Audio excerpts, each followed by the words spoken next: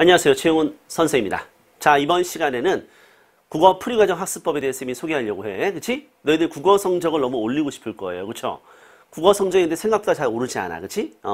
쌤이 오늘 국어 성적을 어떻게 하면은 확실하게 올릴 수 있는지에 대해서 그 방법을 쌤이 제시하려고 해. 응? 잘 들어보도록 하시고요. 우리가 국어 성적을 향상시키려면은 일단 기본적으로 왜 국어 성적이 오르지 않는지에 대한 정확한 판단이 있어야 돼. 그치? 정확한 원인 분석을 하면은 해결 방안을 제시할 수가 있는 겁니다. 그렇죠? 그래서 쌤이 일단 먼저 왜 국어 성적이 오르지 않는지에 대해서 정확하게 그 이유를 너희들에게 설명해 주겠습니다. 자, 국어 성적이 오르지 않는 첫 번째 이유는 바로 뭐냐면은 첫 번째 이유는 바로 열심히 공부하지 않기 때문이에요. 너무 뻔한 얘기를. 선생님, 너무 뻔한 얘기를. 당연히 열심히 하지 않아서죠. 라고 하는 게 아니야. 쌤이 이렇게 뻔한 얘기만 하겠니? 열심히라는 게 대체 어느 정도일까요? 그게 중요한 거죠. 그렇죠? 자, 얘들아, 너희들이 수능 1등급이 아마 목표입니다. 내신도 마찬가지입니다. 요즘은 내신과 수능의 경계가 모호하기 때문에 수능 잘하는 친구들이 내신도 잘할 수 있어요. 자, 너희들이 수능 1등급이라는 거는 결국 뭐야? 4% 이내에 드는 겁니다. 그렇죠? 근데 엄밀하게 얘기해서 4%는 1등급이라고 할 수 없어요. 4%는 1.999 등급입니다. 그렇죠? 그러니까 사실상 전국 2% 내지는 3% 정도는 들어야지 1등급이라고 할 수가 있습니다. 그렇죠? 쌤은 전국 한 2%, 3% 정도는 들어야지 1등급이라고 생각하는데 전국 2%라고 한다면은 60만 명 수험생 중에서 약 1만 2천 등 이내에 드는 거예요. 근데 그 중에서 재수생들이 상당한 비중을 차지합니다. 따라서 정말 아무리 3%까지를 1등급으로 잡는다고 하더라도 최소한 전국 1만 등 이내에 들어야지 1등급이 될 수 있다는 거죠. 전국의 고등학교가 3,000개가 있단 말이야. 그러면은 각 학교당 3명 정도가 1등급이라는 얘기입니다. 이해가요? 전국 1만 등 들어본 적 있어? 들어본 적 있는 학생들도 있을 거야. 에이? 하지만 대부분은 아마 59만 명은 들어본 적이 없을 거예요. 그만큼 1등급이 어렵다는 겁니다. 전국 1만 등이라 하면 사실 쌤이 봤을 때 전국의 의대를 지원하는 학생들이 최소한 1만 명은 될 거라고 보거든. 그러니까 굉장히 어려운 거죠. 그러니까 이렇게 어려운 거야. 본질은 상대평가야. 수학이 어렵고 뭐 영어가 어려운 문제가 아니고 중요한 건 상대평가가 본질입니다. 위에서부터 10,000명을 자르는 거예요. 그랬을 때 열심히가 어느 정도 나는 거지. 과연 이 정도 들려고 하면 열심히를 어느 정도로 해야 되느냐? 쌤은 일주일에서 최소한 5시간 이상 해야 된다고 봐요. 매일 1시간씩. 그게 열심입니다. 그럼 선생님, 매일 1시간씩 그냥 하면 되는 거예요? 그런 건 아니지. 방법과 과정이 중요하죠. 두 번째. 국어 성적이 오르지 않는 이유 두 번째는 너희들은 지식, 개념, 그리고 문제풀이 중심의 학습을 하기 때문이에요. 너희들은 지식과 개념을 익히고 문제를 푸는 즉 수학처럼 공부하는 방식이죠. 이렇게 하면 성적이 오를 거라고 생각하는데 국어는 지식이 아닙니다. 국어는 지식이 아니고요. 국어는 지문입니다. 국어는 모든 문제가 지문에서 출발하고요. 지문에 대한 이해에서 판가름이 나는 과목이야. EBS에서 백날 비슷한 지문이 출제된다고 하더라도 문장 몇 개만 바뀌어도 완전히 새로운 글이 돼버리는 것이 국어입니다. 따라서 국어학습의 가장 기본은 바로 뭐냐면은 지문을 이해할 수 있는 독해 능력이에요. 어떻게 이 독해 능력을 향상시킬 수 있는지가 국어학습의 포인트가 되는 것이고 그 다음에 두 번째로 중요한 게 뭐냐면은 제시된 그 지문과 보통 보기 지문을 매칭을 시켜가지고 추론하는 능력을 필요로 하거든. 그걸 바로 우리가 사고력이라고 합니다. 결국 독해력, 사고력이 국어학습의 포인트라는 거야. 너희들이 실제 수능에서 틀리는 문제들 역대 수능에서는 비문학 문제가 고난도 문제가 굉장히 많았습니다. 물론 문학도 있고 문법도 있긴 하지만은 그럼 그 문제들이 정말 내가 배우지 않아서 틀리는 문제인 게 아니에요. 문학이 내가 모르는 작품이 나와가지고 틀리는 게 아니야. 지문 자체에서 상당한 독해력과 사고력을 요구하기 때문에 그 문제가 어려운 겁니다. 너희들은 독해력과 사고력으로 승부를 걸려고 해야지 내가 어떤 지식을 얻으면은 마치 그것을 풀 수 있는 착각을 하지 마세요. 단편적인 지식 가지고는 승부가 나지 않아. 우리 4년 공부한 재수생들이 특별히 지식이 부족해서 특별히 문학을 덜 공부해가지고 그 문제 틀릴 거라고 생각하면 그건 착각입니다. 수능을 출제하는 사람들은 쌤이 뭐라 그러냐면은 서울대 국어교육과 55세 교수님이 이렇게 얘기를 해요. 수능 출제하시는 분들. 그분들이 단편적인 지식을 암기하면 문제를 띡 풀 수 있게끔 그렇게 출제한다고 생각하세요? 그분들이 직접 지문을 쓰고 그 지문을 여러 번 읽어본 다음에 아이들이 여기까지 과연 추론 판단할 수 있을까? 이 정도 수준까지 깊이 있게 그를 이해했을까? 를 묻는 거기 때문에 독해력, 사고력에서 승부가 갈리고 이걸 어떻게 하면 향상시킬까를 중심으로 학습을 해야 되는 거야. 아직도 수능이 뭔지 국어가 뭔지 모르겠습니까? 아직도 단편적 지식 몇 개만 공부하면은 다 문제를 맞출 거라고 생각하는 모양이지? 그건 아니에요. 단편적인 지식이 중요한 문법 같은 경우도 2015학년도 수능 문법 문제 중에서 굉장히 어려운 문제가 있었습니다. 근데 그 문제가 지식 자체는 음전의 끝소리 현상이라는 굉장히 단편적인 지식을 물어봤어요. 근데 보기를 문법 문제에서 보기를 이만큼 달아가지고 굉장히 보기 자체가 복잡하게 구성돼서 보기에 대한 독해력과 사고력이 떨어지는 친구들은 절대 문제를 풀 수 없게끔 지식 자체는 굉장히 심플한 중학교 때 배우는 심플한 지식이 나왔음에도 불구하고 지문 자체를 꽈버려가지고 지문과 선택지를 꽈서 문제를 출제했다. 이걸 명심해야 된다는 얘기예요. 알겠지? 그래서 지식, 문제풀이 중심의 학습을만 진행하기 때문에 국어 성적이 오르지 않는 겁니다. 그럼 세 번째는 뭐냐면은 수학처럼 공부하기 때문이에요. 너희들 수학은 어떻게 공부하는 거죠? 수학은 맞았어요. 그럼 넘어가죠. 왜? 맞았으니까. 그렇지? 틀린 문제가 나올 때까지 풀고 틀린 문제가 나오면은 그 문제의 유제를 푸는 방식으로 공부하는 게 수학이죠. 근데 국어는 그렇지 않아요. 국어는 너희들이 맞았다고 해도 찍은 겁니다. 100% 찍은 겁니다. 너희들은 원어민, 네이티브 스피커들이야. 그치? 전국에서 국어를 제일 잘하는, 전 세계에서 국어를 제일 잘하는 아이들이야. 지문을 읽어. 이 지문의 주제가 뭔지 어떤 구조인지 판단하지 않습니다. 그리고 선택지에서 보통은 3개를 지우죠. 그렇죠? 보통은 3개를 지우죠. 그리고 요 둘 사이에서 엄청난 이제 갈등을 때리는 거지. 막 머리가 터질 것 같아. 와, 뭐야? 그러다가 힘들게 4번을 체크합니다. 힘들게 4번을 체크해요. 그리고 끝나기 1분 전에 1번으로 바꿔가지고 틀려. 틀리면 다행인데 맞아. 그러면 쿨하게 넘어갑니다. 그렇게 갈등해서 찍은 주제에 감으로 푼다는 거 다 알고 있는데 맞았어? 이거 넘어가. 맞았잖아 이러면서. 그럼 선생님 불러. 일로 와. 2번 맞았어? 네. 그러면 4번이 왜 아닌지 설명해 보세요. 설명하지 못해요. 맞으면 넘어가고 틀리면 해설지 한번 띡 보는 식으로 가는 거죠. 그리고 정작 틀린 문제도 해설지를 보면 너무 쉬워. 여기 있는 거야 여기. 4번 여기 있는 거야. 너무 쉽잖아. 화살표 찍 그어놓고 가요. 그럼 선생님 불러. 야 일로 와봐. 너 여기 화살표 왜 그어놨어? 그러면은 선생님이 여기에 있었는데 제가 못 봤어요. 그래요. 못 봤어요. 수분 그림 찾기 하니? 못 보게? 이 지문은 구조적인 흐름이 있고 그 흐름 속에서 중요한 내용이 출제가 되는 것이에요. 그 흐름을 내가 한 번 읽었을 때 파악하지 못했다면 나의 독해력과 사고력에 문제가 있는 건데 그걸 어떻게 파악할지를 판단해야 되는 거지 화살표 찍 긋고 넘어가는 것이 무슨 의미가 있겠습니까?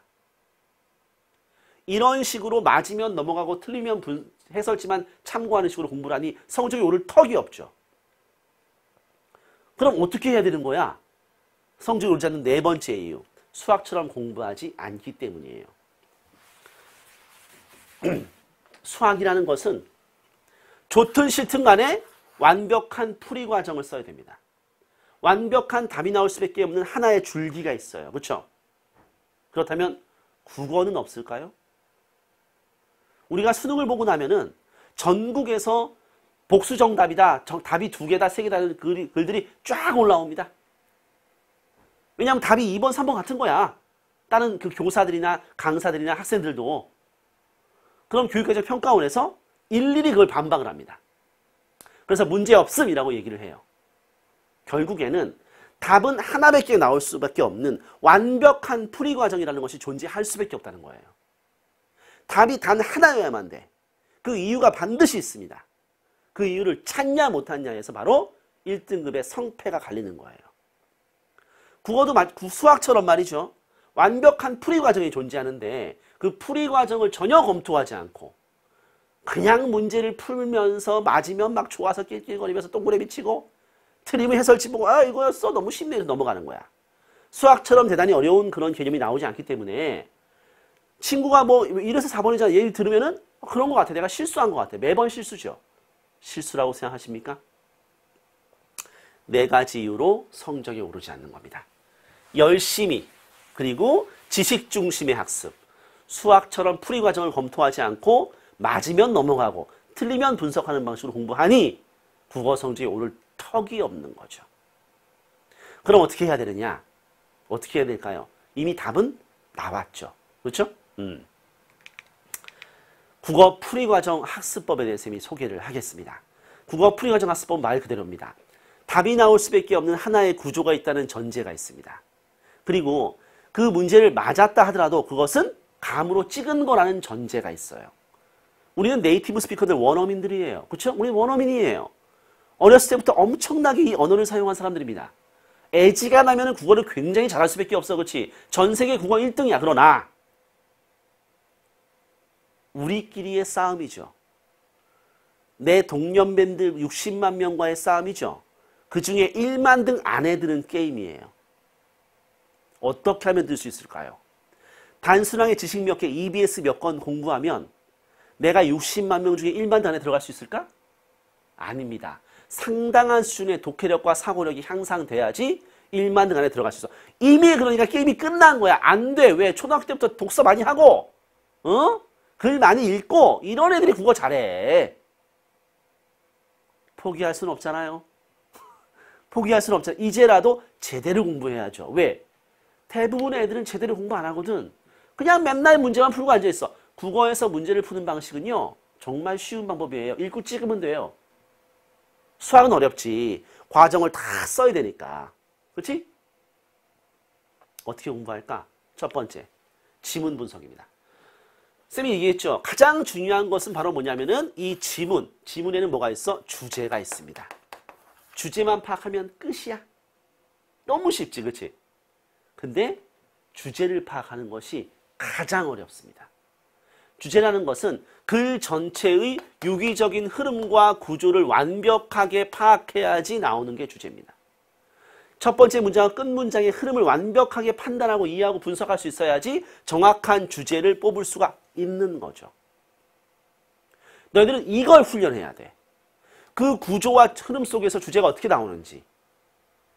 쌤이 제시하는 국어 풀이 과정에서는 시를 분석하는 방법, 소설을 분석하는 방법, 비문학을 분석하는 그 지문 분석 틀을 제시하고 그 틀에 맞게 너희들이 훈련하게 만들어 놨는데 그 틀은 굉장히 간결해야 됩니다. 왜 그러냐면은 어떤 선생님들 이렇게 얘기하죠. 시를 볼 때 맨 처음에 제목을 보고 화자를 보고 상황을 보고 정서를 보고 태도를 보고 그 다음에 표현법, 시상전개 방식 등을 봐야 되라고 얘기하죠. 그게 가능하냐? 시 하나 읽는데 10초밖에 안 걸려. 그렇지? 자, 10초밖에 안 걸리는 시를 보면서 자, 제목 보고 화자 보고 상황 보고 정서 보고 태도 보고 표현법 좀 살펴보면서 시상 천재니? 그렇게 할 수 있으면 자습서를 써. 자습서를. 심플하게 그 글의 흐름 속에서 주제를 잡는 지문 분석의 방법이 있고 그것을 훈련하는 것이 대단히 중요하죠. 너희들이 훈련 과정에서 그 지문 분석의 과정을 하나하나 직접 작성을 하면서 이 글의 흐름을 꿰뚫어보는 훈련이 굉장히 중요합니다. 반드시 해줘야 되는 과정이죠. 가장 중요한 과정이다 이겁니다. 두 번째, 선택지의 근거. 모든 선생님들이 이렇게 얘기해. 얘들아, 왜 그 1번, 2번, 4번, 3번, 5번에 요 선택지가 왜 답이 아닌지 근거를 굉장히 정확히 제시해야 돼 라고 모든 선생님들이 얘기를 하잖아요. 그럼 너희들이 정말 정확히 제시합니까? 집에서? 쌤은 절대 그렇지 않다고 생각합니다. 어떻게 하냐면 이렇게 해요. 1번? 아닌 것 같은데? 아닌 것 같은데? 맞는 것 같은데? 아닌 것 같은데? 답 3번. 동그라미. 넘어가요. 이른바 같은데 풀이법이라고 합니다. 그런 식으로 정확히 제시를 한다는 것은 뭘 의미하느냐? 쌤은 하나밖에 없다고 생각해요. 전부 왜 아닌지 써야 됩니다. 전부 쓰는 겁니다. 아는 놈은 쓸 수 있고 모르는 놈은 쓰지 못해요. 쓰는 것은 안다는 겁니다. 두렵죠? 쓰려면 단어를 머릿속에 떠올려야 됩니다. 그리고 간결하게 쓸 수 있어야 됩니다. 정말 그게 선택지의 근거가 중요하다면 정확히 제시하면서 써줘야 되는 거지. 그냥 뭐 같은데 아닌 것 같은데 뭐지? 대충 넘어가. 그런 식으로 하니 향상될 수가 없죠.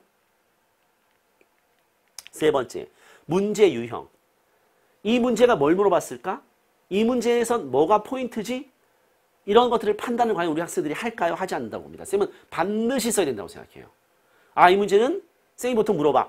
야, 이거 뭐 물어봤어? 1번. 그러면은 적절한 거예요. 2번은 적절하지 않은 거예요. 3번은 적절한 거예요. 4번은 적절하지 않은 거예요. 장난쳐? 고3과의 대화야, 이게. 1번은 주제, 2번은 표현법, 3번은 시어의 의미.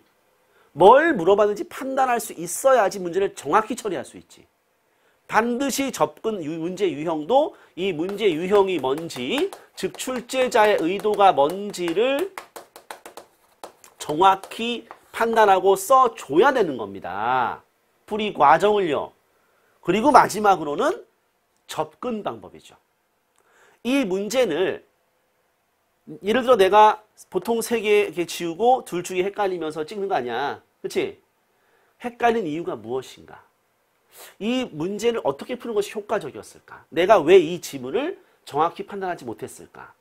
이 문제 유형의 이런 문제 유형은 어떻게 풀어야 될 것인가? 그리고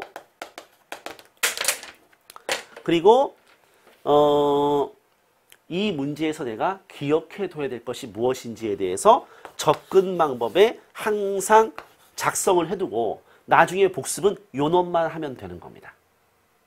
요걸 바로 국어 풀이 과정이라고 합니다. 이 4단계 과정을 전부 작성하면서 문제를 푸는 과정이죠. 이 국어 풀이 과정에 따라서 학습을 하게 되면 독해력과 사고력이 향상되게 되고 문제를 정확하게 푸는 훈련을 하게 됩니다.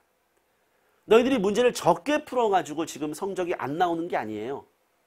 문제는 많이 풀었어 이미. 근데 방법이 완벽하게 잘못되어 있습니다. 그 잘못된 방법을 수정하는 것이 국어 풀이과정 학습법이고 쌤이 제시하는 대로 학습을 하다 보면은 성적이 오르지 않을 수가 없는 거예요. 영어나 수학은 개념 같은 것을 적용하는 식으로 지식이 상당히 중요한 부분을 차지하는 거라고 생각하고 영어나 수학은 기본적으로 암기 과목이라고 생각합니다. 쌤은. 근데 국어는 그렇지 않아. 국어는 기본적으로 지문에 대한 이해 능력을 물어요. 지문 속에 다양한 배경식이 들어있고 판단 능력, 사고력을 갖춰야지 국어 시험을 잘 볼 수가 있습니다. 그건 하루아침에 이루어지지 않는데 지문의 이 4단계 과정을 통해서 지문과 씨름하는 과정을 통해서 반드시 향상되게 돼 있어요. 근데 너희들은 그렇게 공부하고 있지 않지. 정말 힘들게 공부해야 되는데 너무 쉽게 그냥 문제를 푸는 것 자체 국어는 너무 쉽거든요. 이걸 바로 국어 풀이과정 학습법이라고 합니다. 왜 내가 국어 성적이 오르지 않는지에 대해서 명확하게 한번 생각을 해보고 그리고 쌤이 주 5일 과제라는 그 훈련 프로그램에 대해서 다른 강의에서 설명하도록 하겠습니다. 수고했습니다.